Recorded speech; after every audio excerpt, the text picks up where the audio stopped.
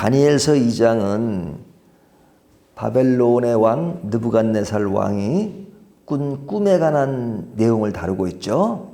그 내용이 저희가 13절까지 봤지만 사실은 2장이 굉장히 깁니다. 49절까지 있는데요. 이 49절까지 내용을 이제 매일 성경은 4번 분류를 해놨어요. 그런데 1절부터 30절 3번 분량은 그 왕의 꿈을 알아맞히고 해석을 해라. 그리고 그렇게 할 수 있는 사람을 찾는 데 비중을 두고 있고요. 31절부터 49절까지는 꿈의 내용과 의미를 다루는 내용을 다루고 있습니다. 근데 이 3번 분량에서 이 꿈을 알아맞히는 과정에 등장하는 인물들이 있습니다.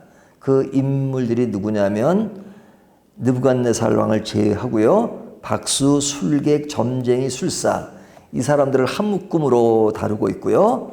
그 다음에 신하 중에 아리옥이 나옵니다. 그리고 나중에 이제 다니엘과 그의 친구들이 나오죠. 그러니까 요 3종류의 사람들이 나오는데 이 사람들이 그 왕의 꿈을 맞히는 과정에서 등장하는 인물들이에요. 그리고 이 꿈을 꾼 주체로 이제 느부갓네살 왕이 나오죠. 근데 이들의 이야기를 이제 오늘 읽은 13절까지는 이제 왕과 술사들의 이야기입니다. 그리고 이제 내일 가면 또 이제 다른 사람의 이야기가 나오는데요. 자, 오늘 나오는 그 사건의 발단은 느부갓네살 왕이 꿈을 꾼 이야기가 시작이 되는 거죠. 꿈을 꿨습니다. 근데 이제 왕이 꿈을 꿨는데 그 꿈이 심상치가 않은 거예요. 그런데 분위기는 심상치가 않은데 꿈의 내용을 기억하지 못하고 있습니다. 그러니까 얼마나 답답하겠어요. 그러니까 그의 참모인 그 술사, 제가 술사라고 하지만 여기에 이제 그 점쟁이, 술객 이런 모든 사람 다 포함하는 겁니다. 이 사람들에게 이제 꿈을 마치고 해석을 하라고 명령을 내립니다. 그 명령에 이 사람들은 부하들이니까 왕의 번민을 들어줘야 하는 그 위치에 있죠. 그러니까 왕도 지금 꿈으로 인해서 번민하고 그리고 또 꿈을 알아맞히라고 하니까 맞춰야 하는 그 사람들도 번민하는 거죠. 그러니까 1절부터 30절까지는 하나의 그 내용을 하나로 이렇게 모은다면 다 번민하는 내용입니다. 왕은 왕대로 번민하고 신하들은 신하대로 번민하고 또 이제 다니엘 친구들도 번민하는, 그러니까 다 번민할 수밖에 없는 상황에 있는데요. 이 번민을 할 때 사람들이 그 번민하는 것, 고민하는 것, 그 문제를 어떻게 풀어가는가 하는 내용을 다루고 있는 겁니다. 왕은 번민할 때 어떻게 그 문제를 풀어가고 또 오늘 본문에 나오는 이 술사들은 그 번민을 어떻게 풀어가는가 하는 내용인데요. 자, 왕은 최고의 권력자잖아요. 그러니까 힘이 있습니다. 그러니까 힘을 가진 사람은 자기가에게 오는 번민이 있으면 무엇으로 풀어가요? 힘으로 풀어가요. 힘으로. 그 힘을 가지고 하는데 그 힘이 잘 해결이 안 될 때는 더욱더 무서운 사람으로 변하죠. 그래서 오늘 1절을 보면 느부갓네살이 다스린 지 2년이 되는 해에 느부갓네살이 꿈을 꾸고 그로 말미암아 마음이 번민하여 잠을 이루지 못한지라. 잠을 이루지 못하는 것, 왕의 위치에서는 사실은 다른 사람들보다도 민감한 부분이 있을 수 있죠. 자기 자리를 유지해야 되고 당시에 뭐 바벨론이나 이런 데 왕들은 사실은 불안전한 측면이 많았거든요. 그러니까 얼마나 번민이 많겠어요. 거기다가 꿈을 꿨는데 심상치 않으니까 더욱더 번민하는 그런 상황입니다. 자, 이 번민을 푸는 방법은 권력이죠. 권력이 있으니까, 힘이 있으니까. 그래서 그 권력을 가지고 어떻게 활용하냐. 2절 보면 왕이 그의 꿈을 자기에게 알려주도록 박수와 술객과 점쟁이와 갈대아 술사를 부르라 말하매. 자, 왕은 권력이 있으니까 부르면 됩니다. 부르면 그 부름에 사람들이 와야 되는 거죠. 아무나 부른다고 오는 게 아니잖아요.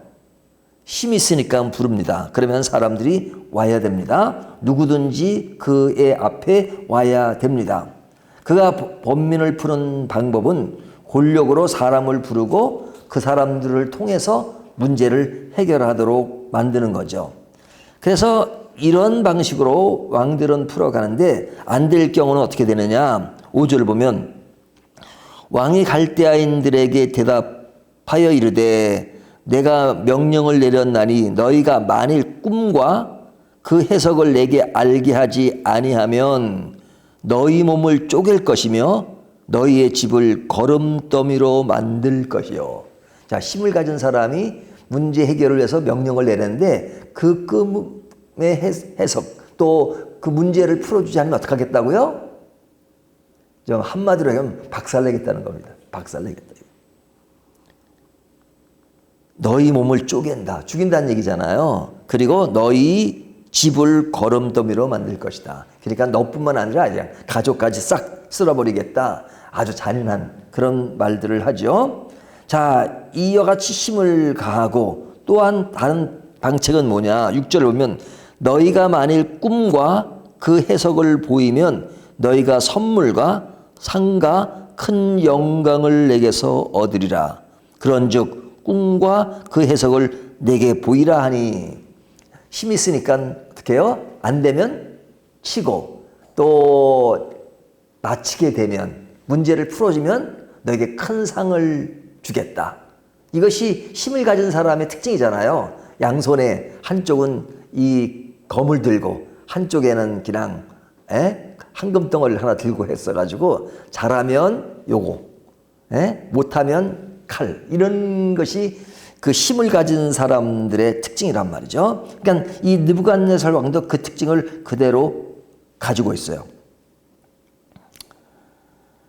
그렇기 때문에 이 사람은 그런 그 권력을 가지고 줄 때는 사실 함부로 주지 않죠. 모든 것이 딱 맞아 떨어지고 돼야지 된단 말이죠. 그러니까 웬만한 그것에는 흔들리지 않는 성향이 있단 말이죠. 그래서 여기 보면 12절을 보면 왕이 이로 말미암아 진노하고 통분하여 그러죠. 바벨론의 모든 지혜자들을 다 죽이라 명령한지라. 지금 굉장히 화가 났습니다. 그리고 자기 문제를 해결하지 못하니까 어떡하라고요? 다 죽이라 명령하니라. 근데 이 죽이라고 명령하기 전에 무슨 사건이 나오냐면 이 사람들에게 꿈을 알아맞히라고 하니까 이들이 하는 말이 왕이 꿈을 알려주십시오. 그러면 우리가 그 꿈을 듣고 해석을 하겠습니다. 이렇게 말한단 말이에요. 뭐 꿈을 말하면 어떻게 둘러붙이든지 말할 수 있잖아요. 근데 지금 문제는 뭐냐면 왕은 꿈을 기억을 못해요. 그러니까 그 사람들에게 꿈도 알아맞히고 해석까지 하라 그러니까 이 술사들이나 이런 사람들은 술사, 점쟁이 그러니까 우리는 이렇게 좀 뭐랄까 그냥 완전히 지식과는 상관이 없는 사람이면 당대 최대 박사들을 얘기하는 겁니다. 그러니까 이 사람들은 굉장히 그 논리적인 측면이 있잖아요. 그러니까 꿈을 얘기해야지. 우리가 꿈을 해석하는 거지. 꿈도 얘기 안 하고 우리에게 맞추라면 누구도 그렇게 할 사람은 없습니다라고 이야기한 겁니다. 지금 왕에게. 그러니까 왕이 지금 그로 인하여 통분하고 그래서 사람들을 다 죽이라. 그렇게 말하는 거죠. 그러니까 왕은 자기 문제가 해결되지 않으면 해결될 때까지 힘을 가지고 권력을 가지고 문제를 해결하고 하는 그런 속성을 가지고 있다는 것을 오늘 본문이 이야기해줘요. 모든 사람이 다 그렇다는 건 아니죠. 모든 왕이 다 그런 건 아니죠. 하지만 오늘 본문에 등장하는 왕의 성향과 속성이 그렇다는 거예요. 자, 그렇다면 왕의 이야기는 우리들의 이야기는 아닌 것처럼 보이잖아요. 하지만 오늘날 우리들도 상대적으로 왕이 될 때가 있어요. 어떤 그룹에서 왕이 될 수도 있고요. 또 내 스스로가 왕의 그런 속성을 가지고 왕의 분위기를 자아낼 때가 있어요. 내가 조금 어떤 분야에 힘이 생기고 어떤 분야에 아는 것이 있으면 완전히 왕이 보였던 그런 성향과 속성을 드러냈죠. 내 뜻대로 안 되면 그냥 자기가 가지는 모든 것을 총동원해 가지고 짓누르고 그리고 유화책을 쓰고 하는 그런 왕의 성향과 속성을 보이는 것이 인간의 마음이에요. 그래서 이 느부갓네살을 통해서 그런 왕의 속성과 성향을 가진 우리들의 모습을 다시 한번 비춰보게 합니다. 또 한 종류의 사람은 조금 전에 이야기한 것처럼 이 술사들의 입장이죠. 이 술사들은 왕 앞에서 그가 문제를 해결하려면 늘 해결해야 하는 위치에 있는 거죠. 또 부르면 가야 하는 그런 위치에 있습니다. 그리고 그들은 늘 문제를 풀어야 하는 위치이기 때문에 늘 정보 수집을 해야 되고요. 그리고 그 정보에 의해서 무슨 문제든지 풀어야 하는 그러한 입장에 있습니다. 4절을 보면 갈대아 술사들이 아람 말로 왕에게 말하되 왕이요 만수무강하옵소서. 일단은 인사하고 왕께서 그 꿈을 종들에게 이르시면 우리가 해석하여 드리겠나이다 하는지라. 그러니까 5절에 왕이 막 칼을 내는 내용이 나오는데 뭐 꿈을 이야기해줘야 우리가 그것에 의해서 해석을 할 수 있다라고 말하는 겁니다. 그러니까 어떤 상식과 논리를 가지고 얘기하죠. 근데 무대뽀 왕에게는 그게 통하지가 않죠. 그건 어느 정도 얘기가 통하는 사람끼리 통하는 거지 지금 무대뽀로 어떻게든지 모든 것을 해결하라는 왕 앞에서는 그것이 통하지 않는단 말이죠. 그러니까 그러한 뜻이 통하지 않고 그런 속에서 자기들이 가진 논리로 모든 것을 해결하는 사람과 부딪혔을 때 오는 그 마찰, 그것이 얼마나 힘들어요. 그래서 사람 간의 이야기를 할 때 사람들이 이런 얘기를 종종 하잖아요. 제일 힘든 사람이 어떤 사람들이냐? 말이 통하지 않는 사람. 서로 말을 해도 서로 각각 다른 말을 해요. 그러면 답답할 때가 있죠. 그러니까 이 사람들은 지금 그런 입장에서 답답함을 이야기하고 있는 겁니다. 그러니까 이들은 문제를 풀어갈 때는 왕보다는 굉장히 수동적이죠. 그리고 왕에 의해서 자기들의 모든 그런 생사의 문제가 주어지는 그런 것.